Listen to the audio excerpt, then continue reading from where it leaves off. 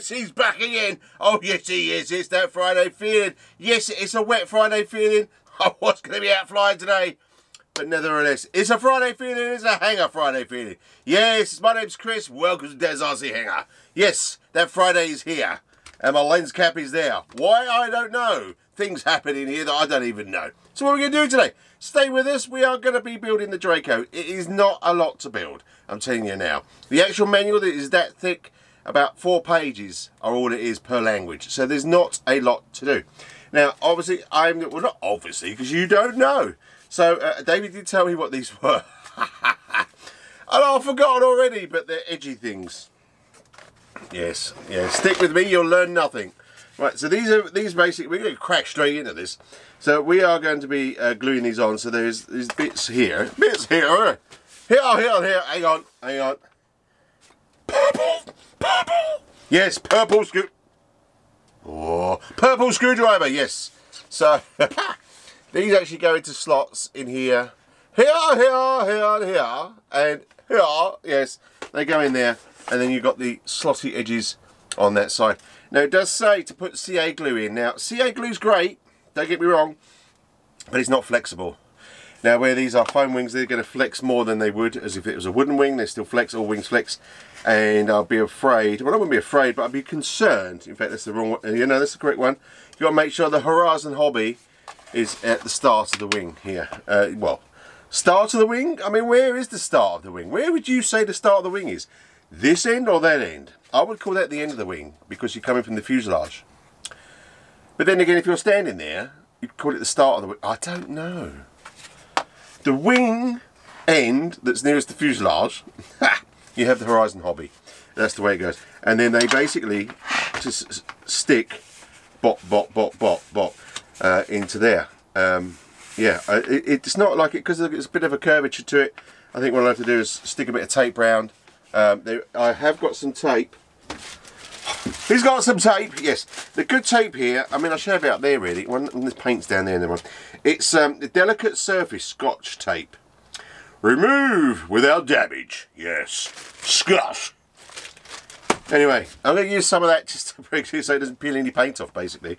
And each one I glue, which there is what, 1, 2, 3, 4, 5. 1, 2, 3, 4, 5. I can't count today. 5. Why, hello. Yes, a bit of interlude. I was thinking, well, maybe someone who's watching this is the first time they've actually built an RC plane.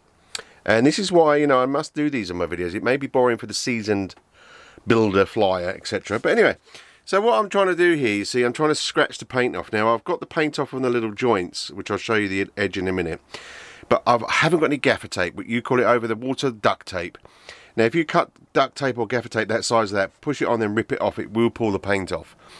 I've run out. I thought I had some, but hey, there you go. I've tried to sand it down, but it's the inner gap that's going to hold it. And I've also decided to use epoxy, 5-minute epoxy, because epoxy doesn't harden over time. It's a bit more messier when you do it, but it's just as good as foam tack, and as I say, it doesn't harden. It stays flexible. As you can see, these, whether they've been made like that or not, but there's a slight curvature to it.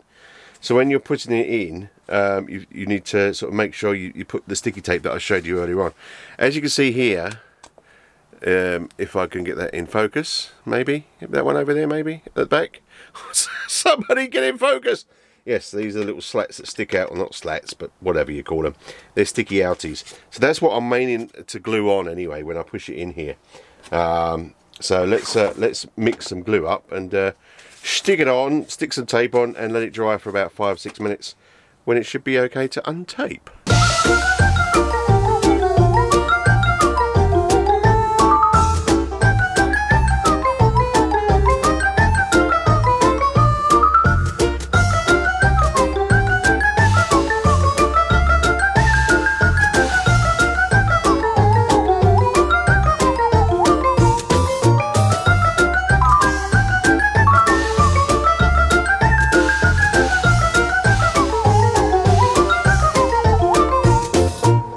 Son, I'll have one too. Lovely. And back in the room. Yes, so I've had my cup of tea. Well, I'm still having my cup of tea. So these should be glued. as I say, as you saw, you have to be careful, because this leading edge is kind of not straight, and when it fits in, it wants to peel up and peel left and God knows what else. So you just got to make sure, because once it's glued, it's glued. So yeah, so now you can see this this tape that I use shouldn't pull any paint off at all, he says. There you go. It's got kind of like a wax to it, and yeah, it just doesn't pull the paint off, which is fantastic. I mean, the paint these days are not like the older days, but they're a lot better than they used to be. You know, it's a lot more coat. So I don't know the ins and outs, to be honest with you, but I reckon if I'd have put a proper masking tape on there or something, that would have peeled off. And yeah, we'd have to do a spray job or something, which we don't want to do. So let's get that off that side. And in fact, I think it just did pull a bit of silver paint off, which is really annoying. So if I just pull that off a bit slower, there we go. Maybe that was a bit of dodgy paint, but it's silver, so you know, we can quickly fill that in, sort that out. I don't really want to get involved, so it's pulled a bit off there as well, which is really annoying. But that says to me that the spray job, the foam wasn't degreased properly.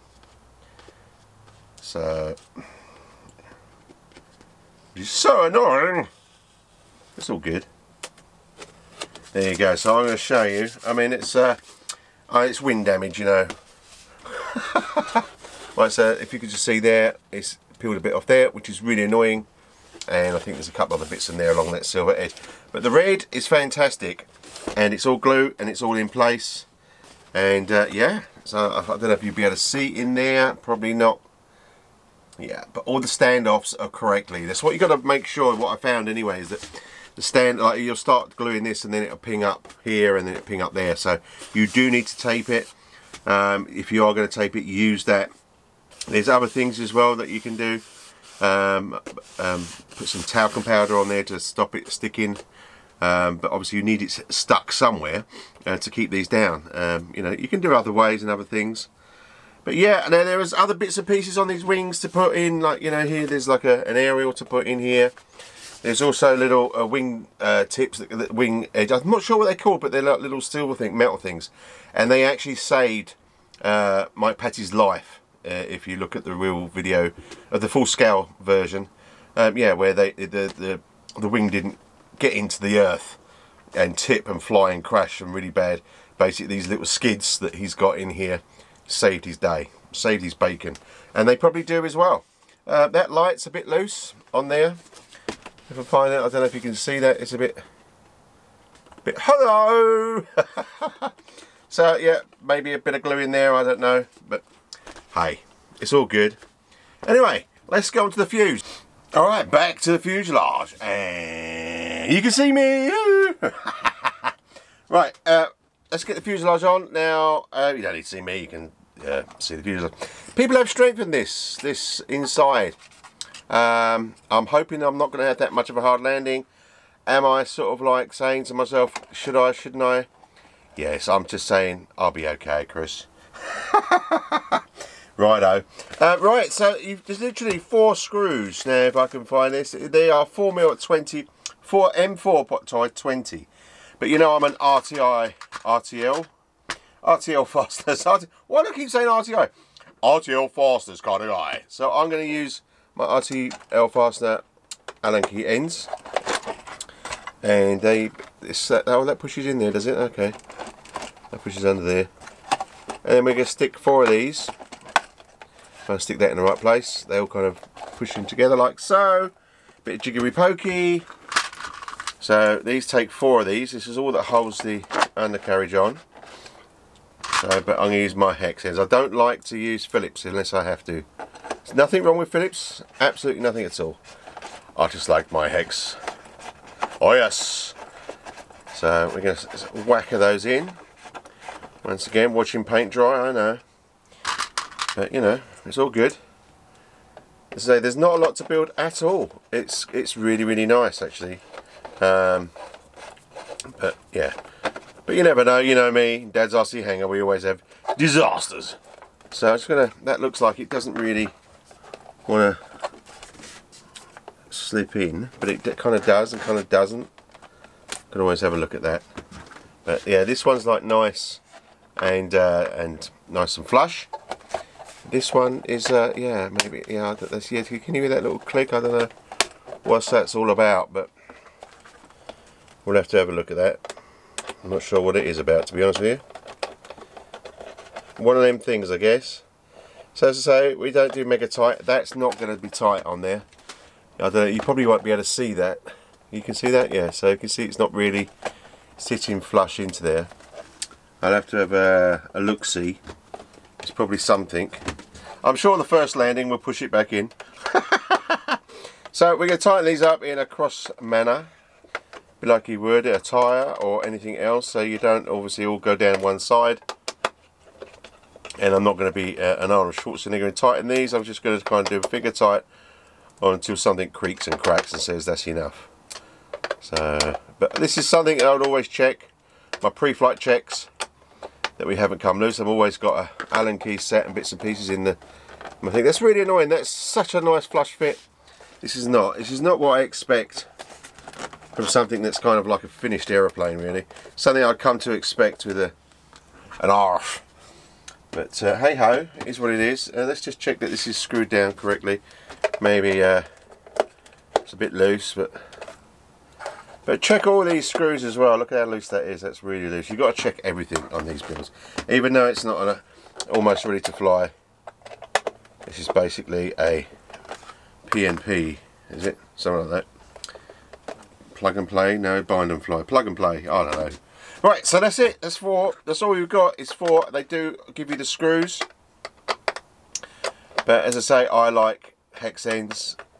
It's a lot easier to tighten. Yeah. And there you go, part of my little set that you see, my little orange boxes. And now I've got some spare screws from Horizon. Thank you very much. I'm here all week. I'm not. And then this here that you get, it's got a little double-sided sticky tape that fits in, kind of, it sticky tapes itself in the middle there. So you've got your air pocket here for your ESC to get some air and cool off and bits and pieces. Yeah, so we'll stick that in, which is, yeah, this is so simple, so simple. It's just unfortunately, I was thinking about just building this and then flying, but as you can see, this is what I've got to face all week. It does change. This is not really the weather app that I look at. I look at one for full-scale aircraft. But this basically shows you what's possibly going on in my neck of the woods. So, which is rather annoying, really. But it does change day by day. So, at least I thought, well, okay, let's build this. The electronics are going to be a bit difficult. There's a bit there, there's a bump there.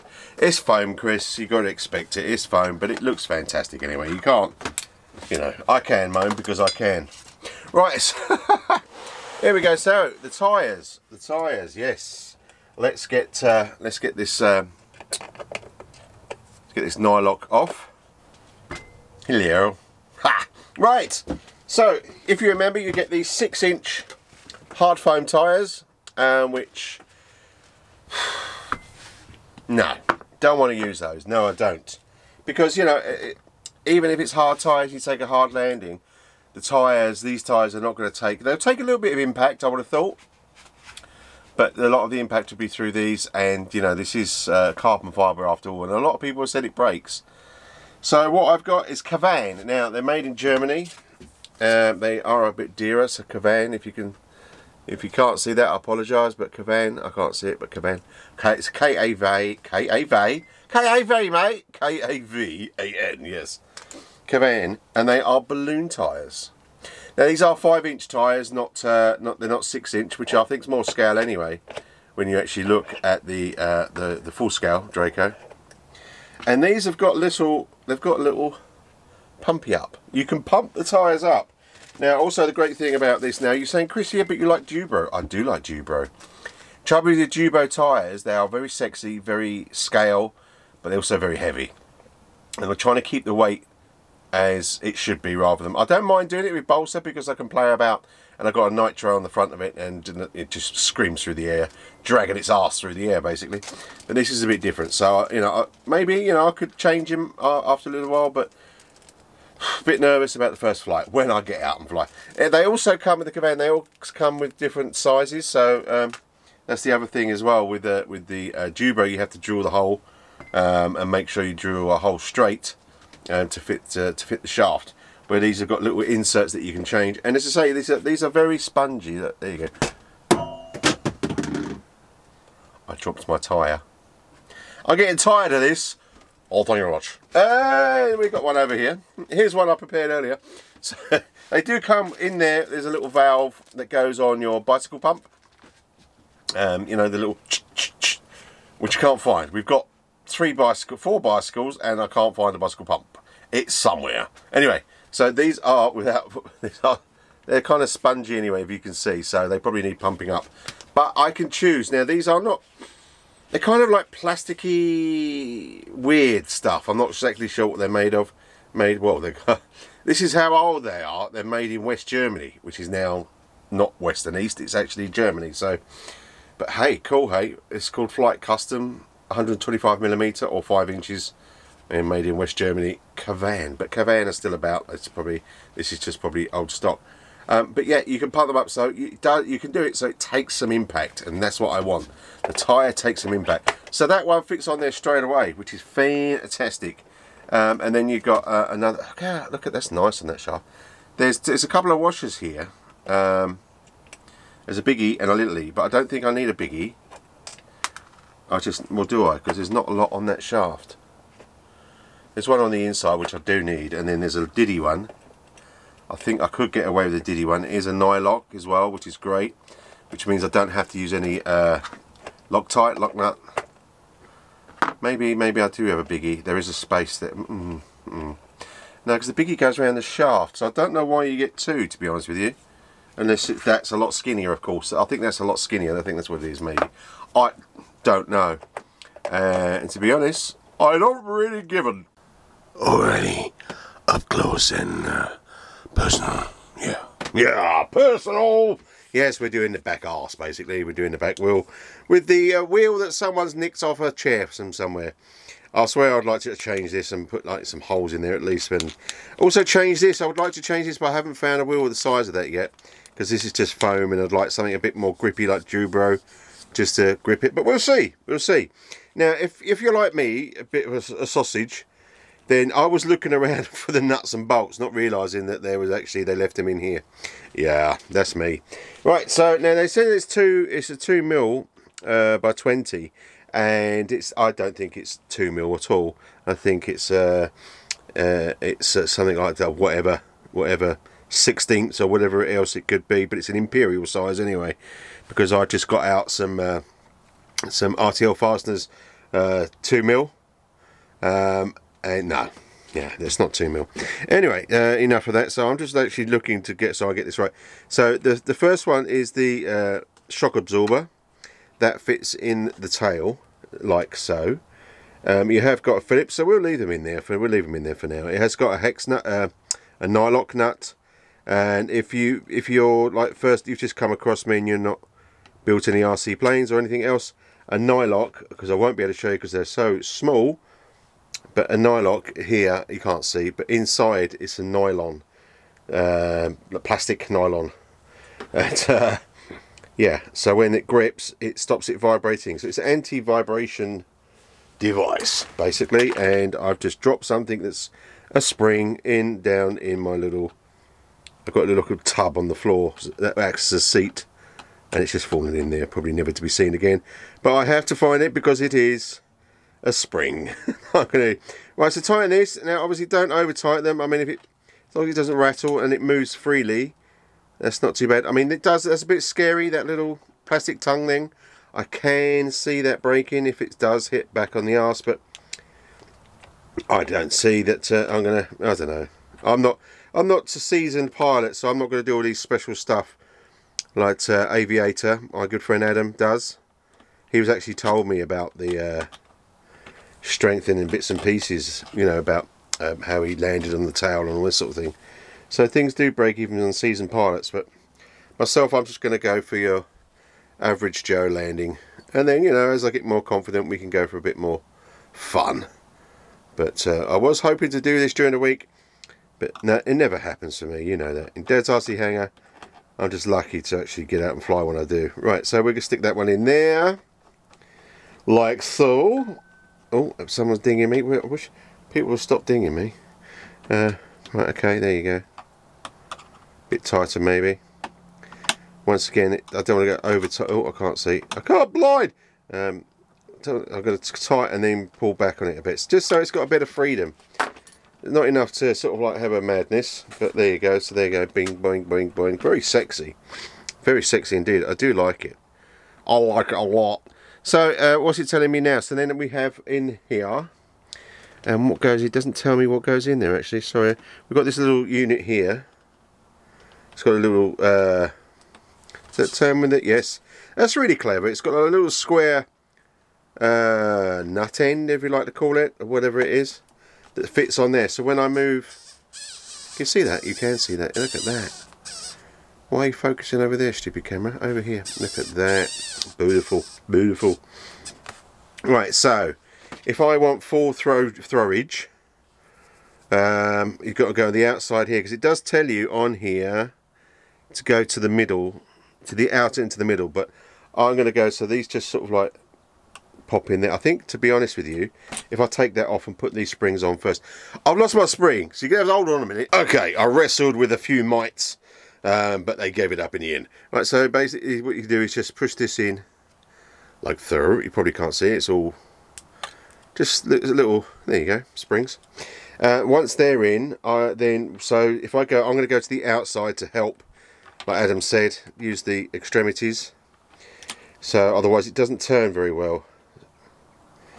So let me just stick that one in and push down, and there we go.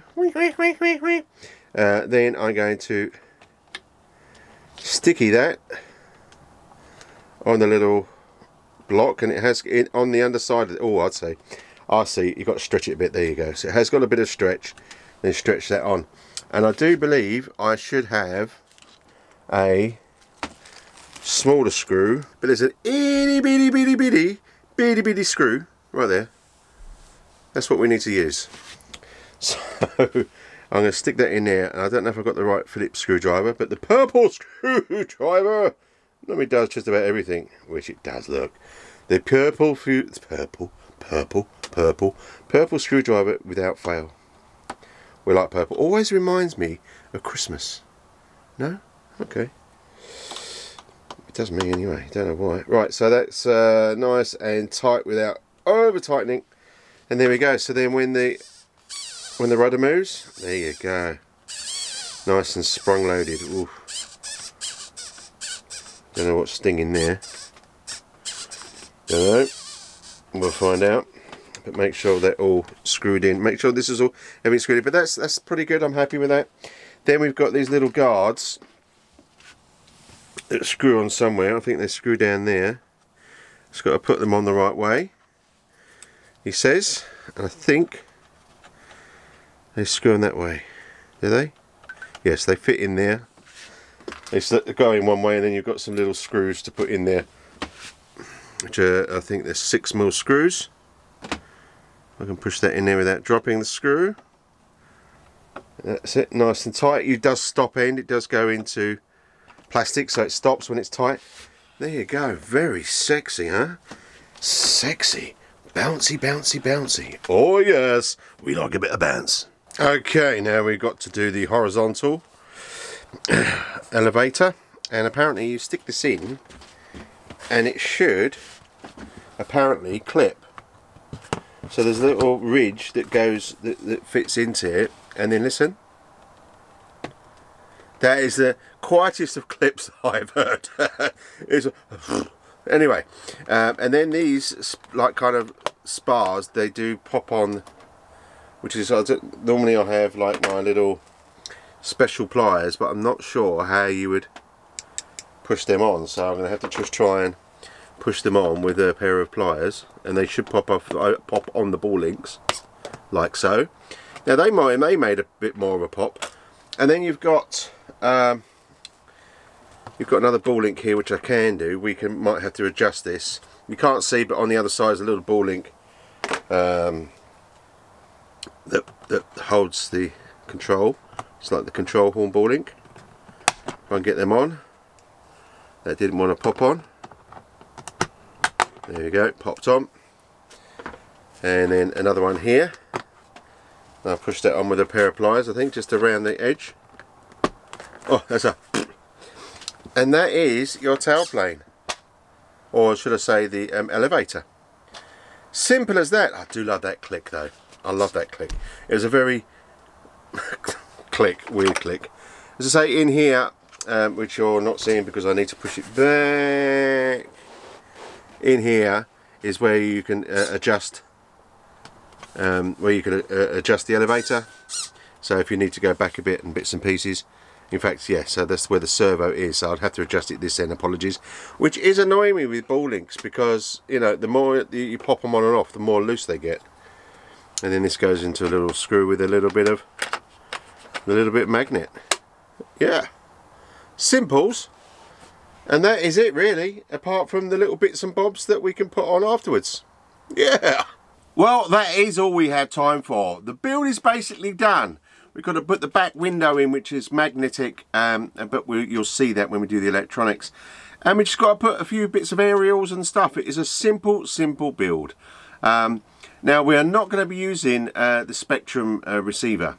No. We're going to be using FR Sky, and to take advantage of the information that the Spectrum ESC sends out, and also the reverse of the motor, we're going to use something special to let us control all that, and that will be in the next video.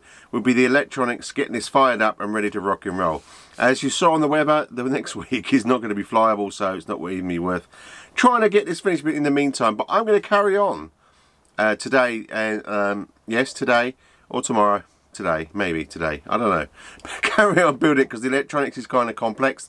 I need to get my head around it, so I'm going to give you a good video on how to control it, because not everyone has a Spectrum, but it'd be silly not to have all the control, even the control of the LEDs, are different sort of things that they do with landing, taking off, and all that sort of lovely stuff. So listen, if you are getting out flying and it's not raining at all and you can get out some fun, then get out and have some fun. If you've got some sort of truck, RC truck thing, you're going to get out there in the mud anyway and have some real good fun. Myself, I'm going to have some fun in the hangar. We have got some other builds and bits and pieces to finish, and some of them will be on the members only. Coming up next week or so will be on the members channel only, to give them something personal to them. Oh yes, if you do want to be a member or even just want to subscribe, that would be happy enough for me. That'd be fantastic. Subscribe, please do, helps the channel. But subscribe, give us a thumbs up, and then ring the bell if you want to see the next videos, or all the videos that I do, so you don't miss any. And if you want to support me and the hangar and all the planes and bits and pieces and the journey that I am on, then become a member. It's cheap as chips, and you get nice little prezzies, and you'll start getting some nice videos. So, hey, what more can you want in life, eh? But listen, thanks for popping by, and if you watched this to the end, I really appreciate it. I really, really do. You're all busy. It's all your own life, and I've just taken up the last half an hour of your life that you will never get back. So I hope it was an informative and a fun half an hour anyway. It was for me, because I love working on this plane. It is gorgeous, and it is sexy. I can't rant enough about it. Of course, you know, everyone wants perfection, but perfection will cost you a lot more money. So the little dents and the little dings, which I've probably done myself or whatever, but it is close to perfection as you probably get in a foam plane. So listen, if you are getting out there, please be safe and please keep safe. But until then, thanks for popping by. Cheers everybody. Ta-da. Oh yeah.